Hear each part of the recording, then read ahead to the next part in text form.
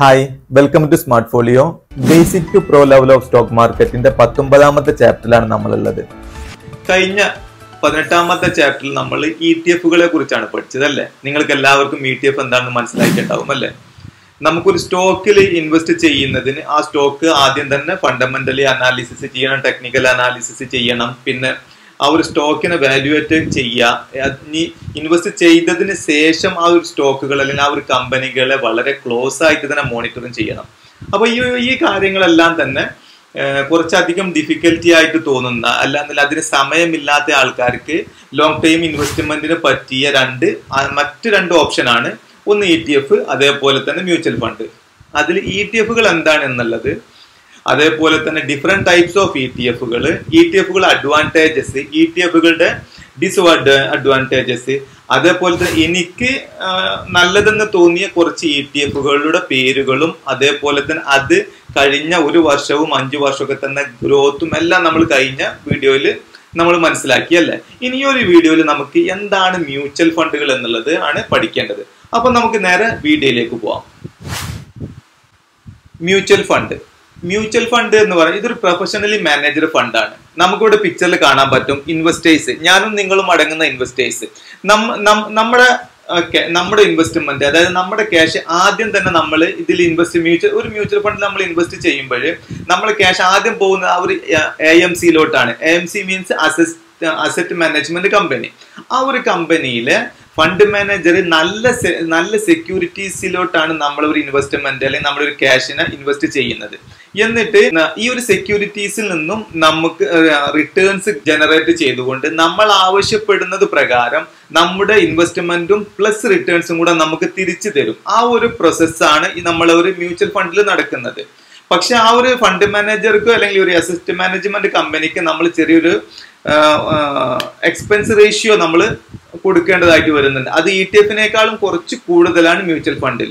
ഇനി നമ്മൾ നോക്കേണ്ടത് നമ്മളെ ഒരു ഫണ്ട് മാനേജർ നമ്മുടെ ഇൻവെസ്റ്റ്മെന്റിൽ നമ്മുടെ ക്യാഷ് സെക്യൂരിറ്റീസിലാണ് ഇൻവെസ്റ്റ്മെന്റ് ചെയ്യുന്നതെന്ന് പറഞ്ഞല്ലോ. അപ്പം അതെന്തൊക്കെയാണ് എന്നുള്ളത് നോക്കാം.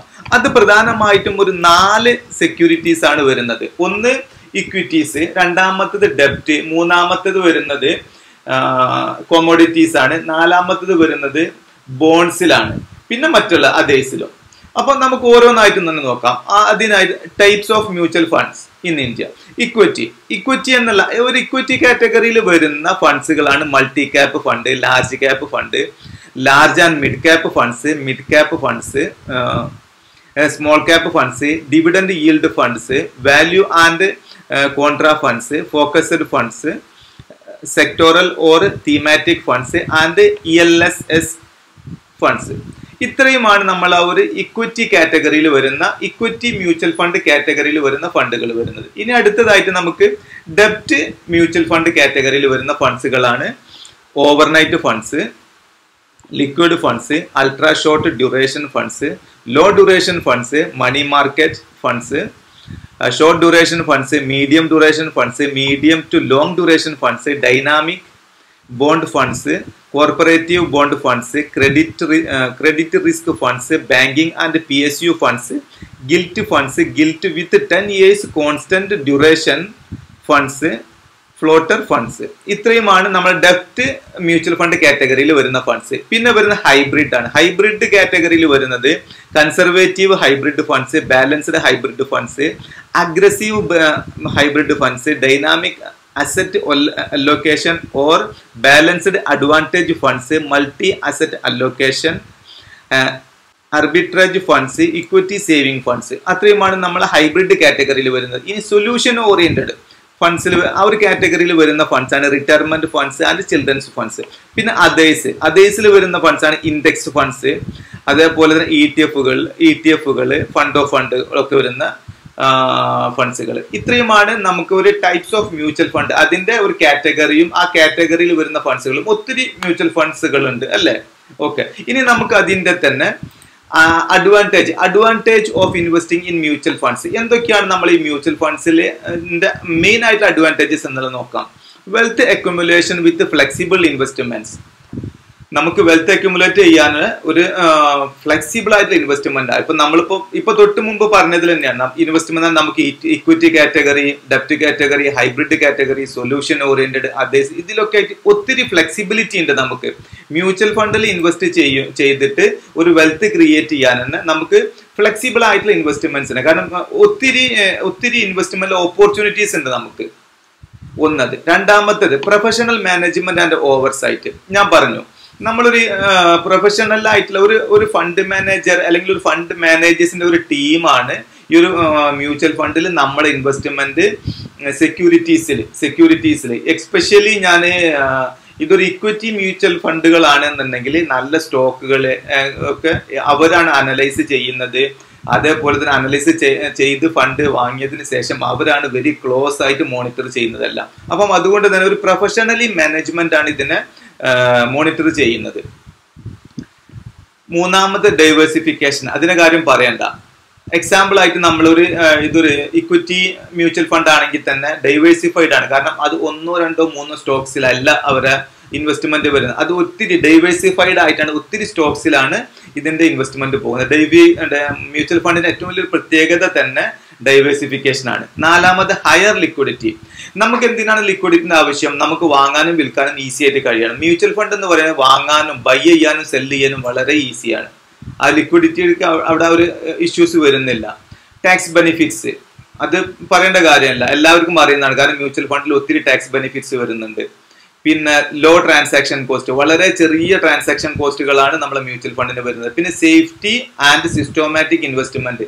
സേഫ്റ്റി മീൻസ് ഞാൻ പറഞ്ഞു AMCകളാണ്, അസറ്റ് മാനേജ്മെന്റ് കമ്പനികൾ ത്രൂ ആണ് നമ്മളെ മ്യൂച്വൽ ഫണ്ടിൽ നമ്മൾ ഇൻവെസ്റ്റ്മെന്റ് വരുന്നത്. ഈ അസറ്റ് മാനേജ്മെന്റ് കമ്പനികളെല്ലാം തന്നെ സെബിയുടെ അണ്ടറിലാണ് വരുന്നത്. അണ്ടറിലാണ് സെബി ഇതിനെ സാധാ മോണിറ്റർ ചെയ്യുന്നുണ്ട്. പിന്നെ സിസ്റ്റമാറ്റിക് ഇൻവെസ്റ്റ്മെന്റ്. മ്യൂച്വൽ ഫണ്ടിലേക്ക് നമുക്ക് ഇഷ്ടമുള്ളതുപോലെ നമുക്ക് ഇൻവെസ്റ്റ് ചെയ്യാൻ പറ്റും. എങ്ങനെ? നമുക്ക് ഇനി ഒരു SIP ആയിട്ട് മന്ത്ലി ഇൻവെസ്റ്റ് ചെയ്യണോ? അങ്ങനെ ഇൻവെസ്റ്റ്മെന്റ് പോസിബിൾ ആണ്. ലംസം ആയിട്ട് നമുക്ക് ഇൻവെസ്റ്റ്മെന്റ് ചെയ്യണോ? അത് പോസിബിൾ ആണ്. ഇനി രണ്ടും കൂടെ നമ്മളിത് പെട്ടെന്ന് നമ്മളൊരു SIP ചെയ്തുകൊണ്ട് നിൽക്കുന്നതിനിടയ്ക്ക് നമുക്ക് കുറച്ച് ക്യാഷ് എവിടെയെങ്കിലും വന്നു, ഓക്കെ, നമുക്ക് ലംസം ആയിട്ടും അതിന്റെ ഇടയിലും നമുക്ക് അതിൽ കൊണ്ടുപോയി ഇൻവെസ്റ്റ് ചെയ്യാൻ പറ്റും. അപ്പം ഇത്രയൊക്കെയാണ് മെയിൻ അഡ്വാൻറ്റേജസ് എന്ന് പറയുന്നത്. ഇനി നമുക്കൊരു കാര്യം ചെയ്യാം. ഇക്വിറ്റി മ്യൂച്വൽ ഫണ്ടും അതേപോലെ തന്നെ ഒരു ഇൻഡിവിജ്വൽ സ്റ്റോക്കും തമ്മിൽ നമുക്ക് ചെറിയൊരു കമ്പാരിസൺ നടത്തി നോക്കാം.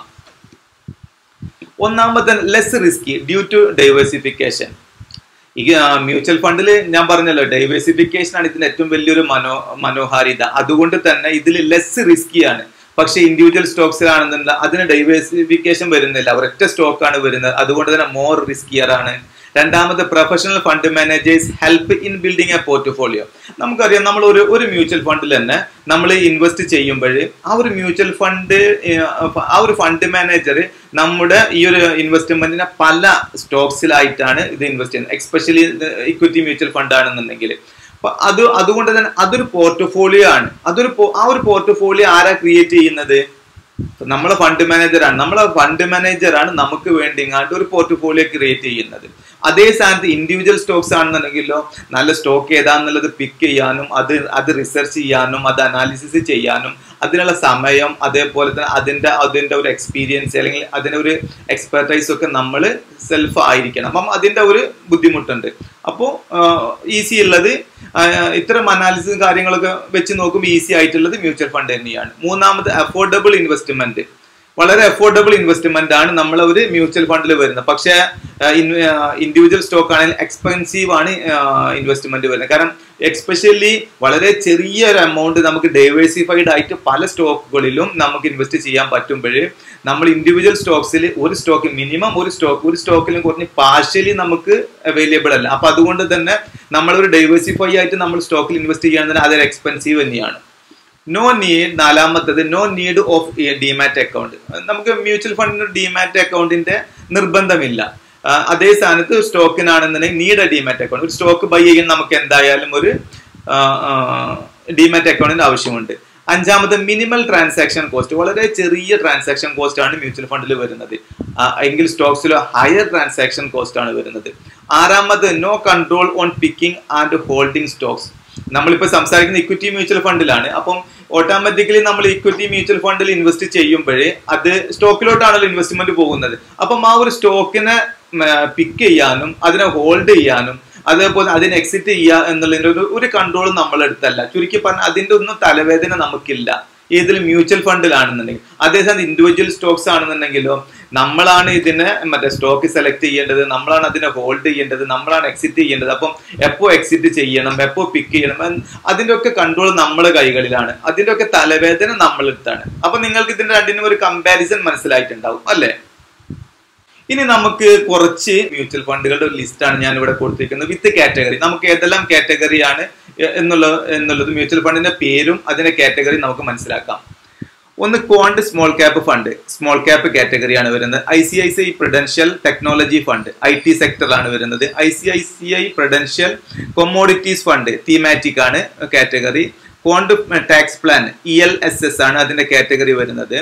ക്വാണ്ട് ഇൻഫ്രാസ്ട്രക്ചർ ഫണ്ട്, ഇൻഫ്രാസെക്ടർ ആണ് വരുന്നത്.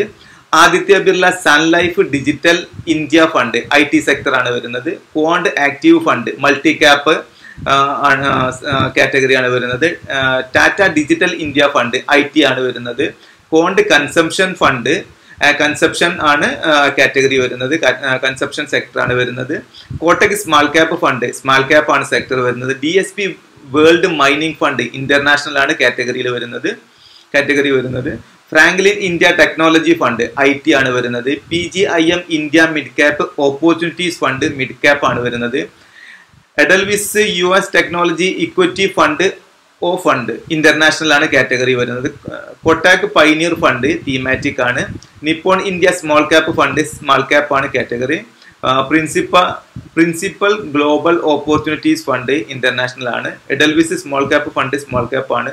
Motilal Oswal Nifty small cap 250 index fund, small cap ആണ്. ഇനി നമുക്ക് കുറച്ച് മ്യൂച്വൽ ഫണ്ടുകൾ, വളരെ കുറച്ച് എനിക്ക് നല്ലതെന്ന് തോന്നിയ അല്ലെങ്കിൽ എനിക്ക് ഇഷ്ടപ്പെട്ട കുറച്ച് മ്യൂച്വൽ ഫണ്ടുകളും അതിന്റെ റിട്ടേൺസുകളും നമുക്ക് നോക്കാം. അതാണ് ഞാൻ ഈ ടേബിളിൽ കൊടുത്തിരിക്കുന്നത്. നമ്മൾ ETF ക്ലാസ്സിലും അതേപോലെ തന്നെ വളരെ കുറച്ച് ETF അതിന്റെ റിട്ടേൺസ് നമ്മൾ നോക്കിയിരുന്നില്ലേ, അതേപോലെ തന്നെയാണ് ഇതും. അതിൽ ആദ്യം വരുന്ന മ്യൂച്വൽ ഫണ്ട് ടാറ്റ എത്തിക്കൽ ഫണ്ട് ഡയറക്റ്റ് ഗ്രോത്ത് ആണ്. അത് കഴിഞ്ഞ ഒരു വർഷത്തെ CAGR 37.14% ആണ്. അതായത് കഴിഞ്ഞ ഒരു വർഷം മുമ്പ് 1 ലക്ഷം രൂപ നമ്മൾ ഈ ഒരു ഫണ്ടിൽ ഇൻവെസ്റ്റ് ചെയ്തിട്ടുണ്ടായിരുന്നു എന്നുണ്ടെങ്കിൽ ഒരു വർഷത്തിന് ശേഷം ഇപ്പോൾ 1,37,140 രൂപ ആകുമായിരുന്നു. അത് ഒരു 5 വർഷം മുമ്പായിരുന്നു നമ്മൾ ഒരു ലക്ഷം രൂപ ഇൻവെസ്റ്റ് ചെയ്തതെന്നുണ്ടെങ്കിൽ 2,88,600 രൂപയാകുമായിരുന്നു. അതേപോലെ തന്നെ ICICI Prudential blue chip fund direct growth, അത് കഴിഞ്ഞ ഒരു വർഷത്തെ CAGR 40.47% ആണ്. അതായത് 1,40,470 രൂപ ആകുമായിരുന്നു. അത് 5 വർഷം മുമ്പായിരുന്നു നമ്മൾ ഈ 1 ലക്ഷം രൂപ ഇൻവെസ്റ്റ് ചെയ്തതെന്നുണ്ടെങ്കിൽ 2,58,100 രൂപ ആകുമായിരുന്നു. മൂന്നാമത്തേതായിട്ട് വരുന്ന Quant flexi cap fund direct growth 63.96% ആണ് കഴിഞ്ഞ ഒരു വർഷത്തെ CAGR. അതായത് 1 ലക്ഷം രൂപ ഒരു വർഷം മുമ്പ് നിക്ഷേപിച്ചിരുന്നു എന്നുണ്ടെങ്കിൽ 1,63,900 രൂപ.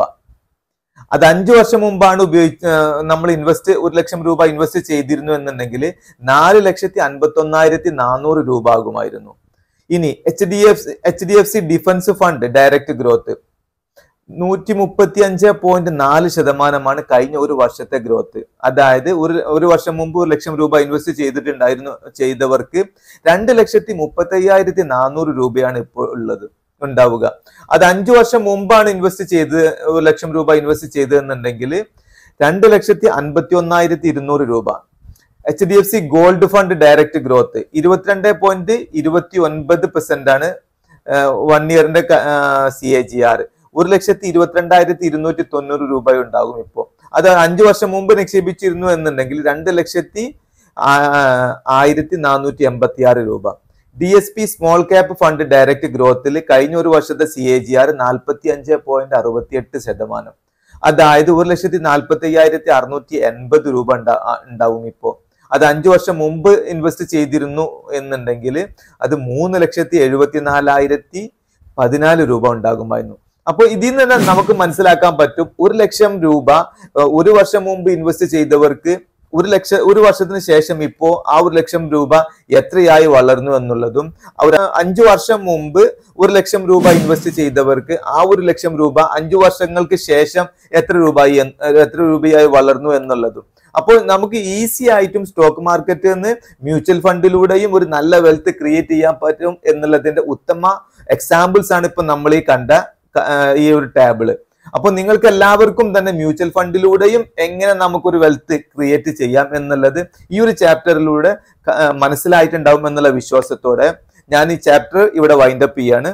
This is VM Rafiq signing off.